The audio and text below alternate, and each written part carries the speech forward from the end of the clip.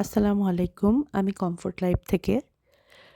ভিডিওতে যদি কোনো ভুল ত্রুটি হয়ে থাকে ক্ষমার দৃষ্টিতে দেখবেন। আর যদি ভালো লাগে তাহলে লাইক, কমেন্টস করবেন আর চ্যানেলটাকে সাবস্ক্রাইব করবেন অবশ্যই। তো এটা ছিল গত মাসের। আমাদের অনেক ঘোরাঘুরির কারণে ভিডিও দিতে পারছিলাম না, আপলোড করতে পারছিলাম না। তো এটা ছিল যমুনা ফিউচার পার্কে গিয়েছিলাম বাচ্চাদেরকে নিয়ে।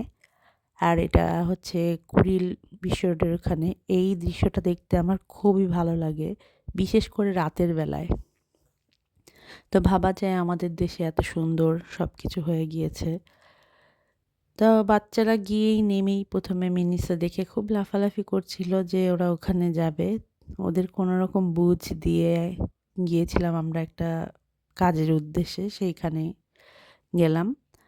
তো অনেকক্ষণ ঘোরাঘুরির পরে আর আসলে বাচ্চাদের কি বলবো, আমরা বড়রাও তো যেদিকেই তাকাই মেয়েদের জিনিসই বেশি, দেখতে ভালোও লাগে, কিনতেও ইচ্ছা করে। তো ছোট বাচ্চাদের আর কি বলবো। তো ওদের সাথে সাথে আমিও দেখছিলাম বিভিন্ন শপে গিয়ে। তো আমরা যে কাজের জন্য গিয়েছিলাম সেখানে অনেক দেরি হয়েছিল, কারণ ওই জিনিসটা পাচ্ছিল না। তারা তাদের অন্য শোরুমে ফোন দিচ্ছিল যে জিনিসটা পাওয়া যায় কিনা। তো ওখানে অনেকটা সময় লাগছে। আমাদের অপেক্ষা করতে বলছিল বলে আমরা আবার নিচে নেমে ঘোরাঘুরি শুরু করলাম।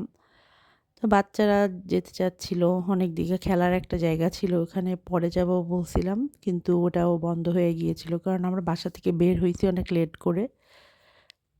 তো আমরা যখন গিয়েছি কাজ শেষ করতেই বন্ধ হয়ে যাওয়ার মতন হয়েছিল।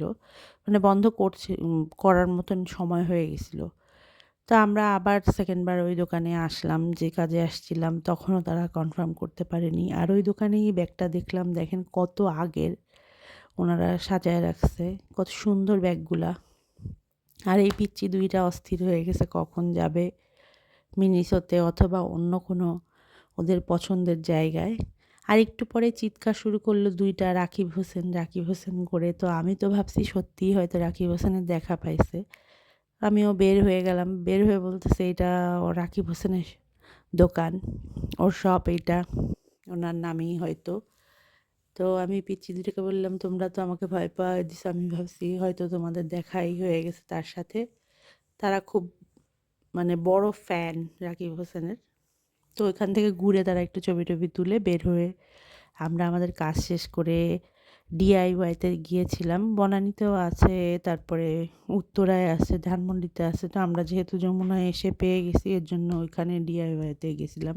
আর এই কোরিয়ান শপটার মধ্যে মেয়েদের এত সুন্দর সুন্দর জিনিস দেখে মনে হচ্ছিল গিয়ে একবার দেখি, কিন্তু ঢুকিনি। পরে ওদেরকে নিয়ে ডিআইওয়াতে আমরা গেলাম। আর ওইটা যে এত বড়, মানে কোথা থেকে শুরু করব ভিডিও বা আপনাদের কি দেখাবো আর আমি কি দেখবো বুঝতেছিলাম না। আর বাচ্চারা তো আমাদের রেখেই দৌড়াদৌড়ি শুরু করছিল, এত বড় ছিল এটা। এই দেখেন, মানে এমন কিছু নাই ওখানে পাওয়া যায় না, ভ্যারাইটিস কালেকশন, খুব ভালো লাগছে। তো টুকিটাকি জিনিস বাচ্চারাও কিনছে, আমিও কিনছি।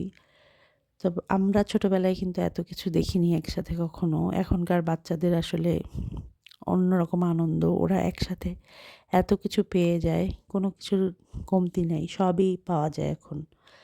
তো ওদের সাথে সাথে আমিও কেনাকাটা করছিলাম টুকিটাকি। তো আমার মেয়ে ওই দিন বেশি কিনেনি, কারণ ওর বেশ অনেক কিছুই জমা আছে এখনও। তো এখান থেকে ঘুরে আমরা খাওয়ার ওখানে চলে গিয়েছিলাম আইসক্রিম খাবে বলে। আইসক্রিমটাও পাচ্ছিলাম না, ওই যে বললাম ক্লোজিং টাইম হয়ে গিয়েছিল এবং খেলার জায়গাও বন্ধ হয়ে গিয়েছিল। এর জন্য আমার মেয়ে খুবই মন খারাপ করছিল যে কেন নিয়ে যায়নি আগে। তো বুঝতে পারিনি আমি যে এত তাড়াতাড়ি বন্ধ হয়ে যাবে। তো যাই হোক, সেদিনকার মতন কাজ শেষ করে আমরা বাসায় চলে গিয়েছি। তো আজকের মতন এখানেই, আল্লাহ হাফেজ।